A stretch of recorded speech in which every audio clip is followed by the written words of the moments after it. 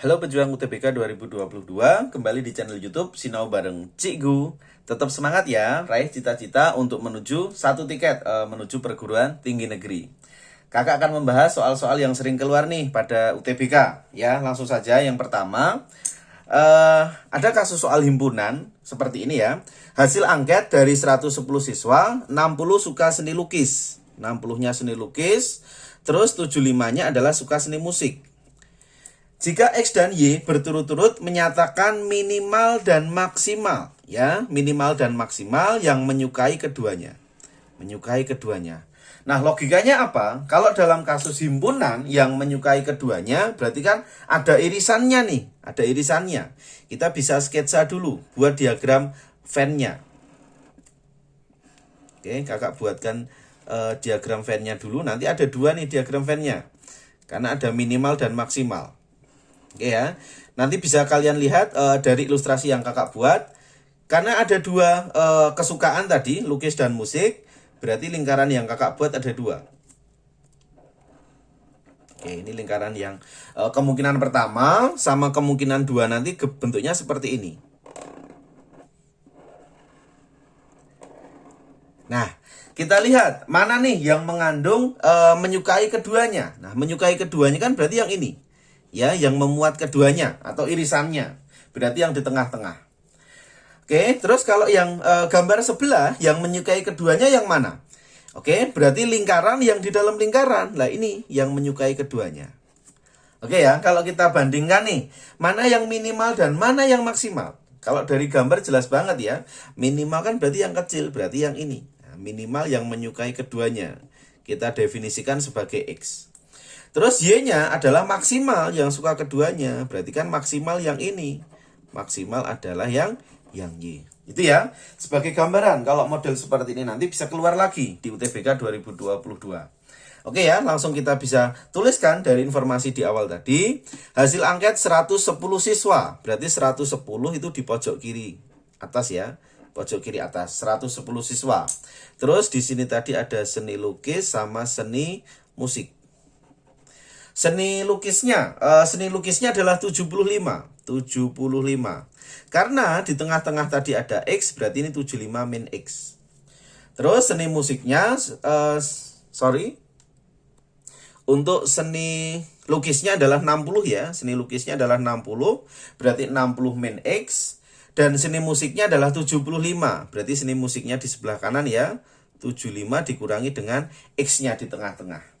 Nah, biasanya kalau yang namanya himpunan itu kan ada juga yang tidak suka kedua-duanya. Nah, kakak tuliskan aja T, yaitu di luarnya lingkaran. Berarti persamaannya 110 sama dengan 60 dikurangi X ditambah yang tengah tadi X, yang sebelah kanan 75 min X. Ditambah dengan yang tidak suka keduanya, yaitu adalah T. Oke ya, kita bisa sederhanakan dulu nih. Negatif sama plus, berarti kan hilang ya. 110 sama dengan 60 ditambah 75, berarti hasilnya adalah 135 dikurangi X ditambah T. Kita pindah ruas dulu untuk min X-nya, yaitu X sama dengan 135 dikurangi 110, berarti adalah 25 plus T. Nah, ingat, T di sini kan artinya siswa yang tidak suka keduanya. Yang tidak suka keduanya. Karena X-nya minimal, berarti T-nya harus berapa nih? T-nya di sini adalah 0. Karena supaya minimal, berarti T-nya wajib kita ganti dengan 0. Ya, karena kalau kita ganti dengan angka 1, angka 2, pasti X-nya nanti tidak menjadi minimal. Ya, X-nya nanti akan menjadi besar. Berarti kita dapatkan X minimalnya yaitu adalah 25. Nah, sudah kita dapatkan nilai X-nya yang menyukai keduanya minimal. Terus berikutnya. Informasi yang kedua, di sini ada seni lukis sama seni musik. Nah, logikanya sekarang, seni lukis itu kan lebih sedikit, berarti seni lukisnya yang di dalam. Nah, seni musiknya sekarang yang di luar. Nah, seperti ini ya gambarannya. Karena yang kita inginkan adalah maksimal, berarti seni lukisnya yang dalam, seni musiknya yang di luar. 110 berarti pojok kiri atas ya. Terus seni lukisnya berapa tadi? Seni lukisnya adalah 60, berarti sini ada 60 siswa. Seni musiknya berapa? 75. 60 ditambah berapa nih supaya 75? Berarti adalah 15. Kan 60 tambah 15 kan sesuai 75. Kalau misalnya nanti yang dicari adalah T-nya. Ini T-nya saya cari sekalian. 60 tambah 15 kan 75. 75 berarti supaya 110 yaitu ditambahkan dengan 35. Kalau misalnya yang dicari adalah T-nya yang tidak suka keduanya. Oke ya. Karena di sini udah kita dapatkan Y-nya berarti maksimal sama dengan 60. Berarti Y sama dengan 60. Oke, kita simpulkan. Jadi X ditambah Y. X tambah Y berapa nih? 25 ditambah dengan 60. Oke, berarti hasil akhirnya adalah 85. Kita cek 85. Pilihannya adalah yang E. Oke, berikutnya nomor 2. Diketahui sebuah barisan A1, A2, A3. Dengan informasi yang diketahui adalah A2 sama A3. Berarti kan tidak semuanya diketahui ya. Kayak di sini kan A1-nya belum, kalau dilanjutkan A4-nya belum dan seterusnya. Nah, ketentuannya apa? Di sini ada persamaan AN plus 2 ditambah AN plus 1 dikurangi 4AN. Oke, kita tuliskan AN plus 2 sama dengan AN plus 1 dikurangi 4AN. Kita lihat N plus 2 ini kan sebagai indeks terbesar. Oke, indeks yang terkecil adalah AN, tengah-tengahnya N plus 1. Kita cari dulu misalnya A4. A4 berarti kan otomatis posisinya sebagai indeks terbesar. A4. Yuk kita lihat. N plus 2 supaya jadi 4. Berarti N-nya wajib kita ganti dengan 2. Betul ya? 2 tambah 2 kan hasilnya 4. Kita bisa masukkan di sini. Berarti 2 tambah 1, 3 ya. Dikurangi 4 AN. Berarti kan 4 kali A2. Masukkan saja nih. A3 berapa? Diketahui nih. A3 itu sama dengan 3 dikurangi 4. A2 berapa nih A2-nya? A2-nya adalah 6. Berarti 3 dikurangi 24 hasilnya adalah min 21. Nah ini dari A4-nya sudah kita dapat. A4. Terus tugas kita masih mencari 4A1. Kita tuliskan lagi nih persamaannya. AN plus 2 sama dengan AN plus 1 dikurangi 4AN. Karena unsur A1 kan berarti indeks terkecil. Berarti siapa nih indeks terkecil? Ada N plus 2, N plus 1, ada AN. Berarti indeks terkecilnya adalah AN ini. Ya, kita cari A1. Depannya adalah 4. Supaya jadi 1 kan berarti N-nya ganti 1 ya. Nah, N-nya kita ganti 1. Berarti kita dapatkan berapa nih? A, 1 tambah 1 berarti A2 ya. Ini berarti 1 tambah 2 berarti A3. Nah, seperti ini ya. Masukkan. A3-nya adalah 3. A2-nya masuk yaitu 6. Min 4A1. Oke, berarti 4A1 sama dengan 6 kurangi 3, 3. Berarti A1-nya sama dengan 3 bagi 4. Oke ya, sudah lengkap. A4-nya udah kita dapat. A1-nya kita dapat. Oke, langsung kita simpulkan. Jadi langsung kita tulis sini ya. Jadi A4 ditambah 4A1. Masuk nih A4-nya negatif 21. 4 dikali A1-nya 3/4. Oke, kita sederhanakan 4-nya. Min 21 kita tambah 3. Hasil akhirnya adalah negatif 18. Kita lihat nih pilihannya yang sesuai yaitu adalah yang E. Oke, kita lanjutkan untuk soal nomor 3. Nah, ini soal HOTS ya, diketahui bentuk seperti berikut. Ada segitiga ABC, titik P dan Q adalah tengah-tengahnya. BC sama tengah-tengahnya AC. P-nya tengah-tengah, Q-nya juga tengah-tengah. R terletak pada AB. Oke, R-nya itu di sini ya, tapi kita nggak tahu posisi R-nya itu di mana. Yang penting R-nya itu di AB, bisa di sini, bisa sini, sembarang. Dengan panjang AB-nya adalah 20. Oke, informasinya AB-nya 20. Berapakah panjangnya si R? Ingat, kita tidak harus mencari hasil akhirnya ya. Cuma kita mencari kalimat pendukung. Ada nggak dari pernyataan 1 dan 2 nanti yang bisa mendukung? Oke ya, kalau kita lihat dulu pilgannya. Nanti ini pilgannya sudah kakak singkat ya, memahaminya biar lebih mudah. Kita lihat. Yang pilgan A itu artinya apa? Jika pernyataan 1 saja cukup, 2-nya tidak. Yang B kebalikannya, 2-nya saja cukup, 1-nya yang tidak. Kalau yang C ya, yang C itu 1 dan 2 harus bersama-sama, baru dikatakan cukup. Kalau yang D itu sendiri, satunya sendiri cukup, duanya sendiri juga cukup. Kalau yang E 1 dan 2 tidak cukup. Oke ya, langsung saja. Konsepnya dulu yang perlu kakak ingatkan. Ini materi SMP mungkin kalau dulu kita belajar tentang segitiga. Jadi yang pertama, kalau kakak tuliskan dulu ya, yang namanya adalah garis tinggi. Nah, garis tinggi itu yang tegak lurus. Misalnya kakak buat segitiga sembarang. Nah, ketika kita ingin membuat garis tinggi ya, garis tinggi ini ditarik tegak lurus. Nah, oke, seperti ini. Ini juga kita tarik tegak lurus. Nah, siku-siku.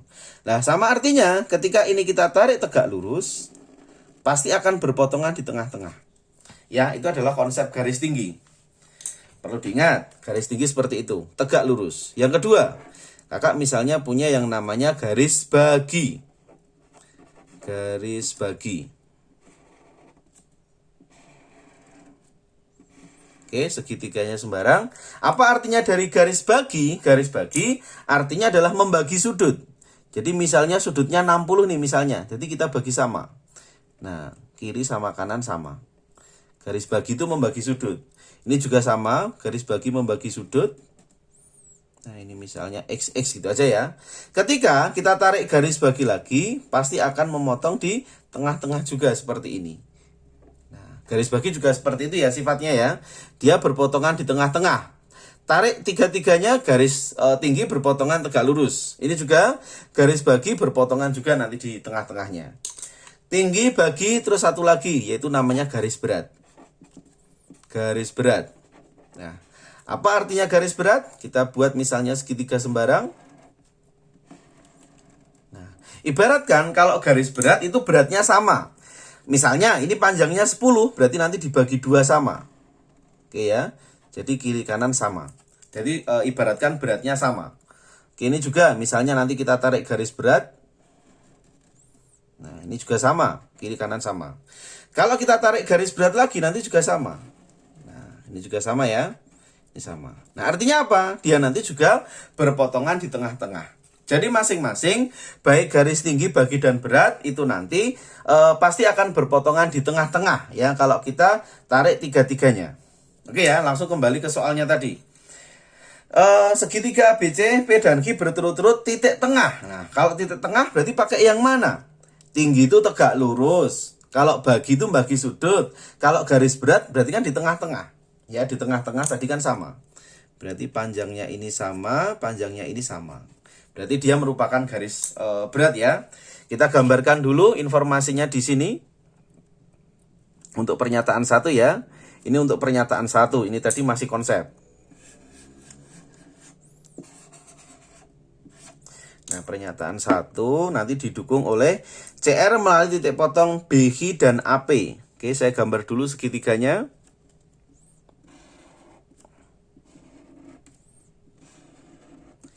Oke, ini P di tengah-tengah, set. Ini H-nya juga di tengah-tengah, set. A, B, C. Ini P, H. Nah, masing-masing tadi tengah-tengah ya. Ini di tengah, ini di tengah, ini juga tengah, ini juga tengah. Berarti kan dia merupakan garis berat. Logikanya sekarang kalau kita tambahkan dengan informasi CR melalui titik potong BH dan AP. Berarti CR kita tarik set melalui titik potong. Nah, melalui titik potong. Artinya apa? Kalau kita punya tadi garis berat, ini garis berat. Supaya melalui titik potong, berarti ini juga harus garis berat. Ini juga harus namanya garis berat. Nah, supaya garis berat artinya apa tadi? Berarti kan panjangnya ini pastinya sama. Panjangnya ini dipastikan sama. Ini adalah posisi CR-nya. Paham ya maksudnya ya? Jadi supaya mendapatkan garis atau perpotongan di tengah-tengah, ketiga-tiganya harus merupakan garis berat. Sehingga disimpulkan apa nih? Panjang AB-nya. AB-nya tadi kan 20. Tujuan kita mencari apa nih? AR. Nah, karena beratnya sama, kiri dan kanan, berarti AR-nya kan ketemu 10. Berarti cukup nggak ini? Cukup. Nah, cukup untuk menjawab pertanyaan.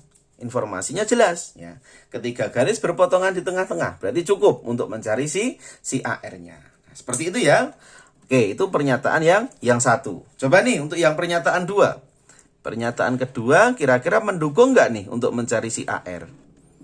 Oke, A, B, C. Ini masing-masing P, ini Q. Ya, AP sama Q tadi tengah-tengah ya. Ini sama, ini juga sama. Nah, informasinya apa nih? Persamaan 2. ABQ 30, ABQ 30. Nah, informasinya cuma seperti ini. ABQ 30. Bisa nggak kita mencari BAP? Bisa nggak kita mencari ACB? Nah, informasinya tidak lengkap. Kalau ABQ aja 30, kita nggak akan bisa mencari posisi R-nya nanti dipastikan di mana.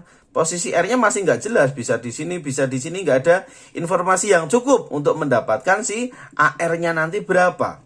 Nah, jadi AR-nya masih tanda tanya. Karena di sini informasinya cuma ABQ 30. Segitiganya juga kita nggak tahu apakah sama kaki atau sama sisi. Jelas nggak ada. Oke, berarti AR-nya dikatakan tidak cukup ya, tidak cukup atau tidak bisa dicari untuk mendapatkan si AR. Nah, artinya apa nih? Pernyataan 1 sendiri cukup, 2 tidak. Berarti kalau kita lihat pilganya yang mana nih yang sesuai? Yaitu yang A. 1 cukup dan 2 tidak. Oke, untuk materi TPS kuantitatif, materi dari kakak sekian dulu ya. Semoga materi yang kakak sampaikan nanti bisa bermanfaat. Dan jangan lupa like, share, dan subscribe jika video ini bermanfaat buat adik-adik semuanya. Dan saya doakan semoga adik-adik semua dimudahkan dalam UTBK 2020 dan sukses semuanya. Assalamualaikum warahmatullahi wabarakatuh.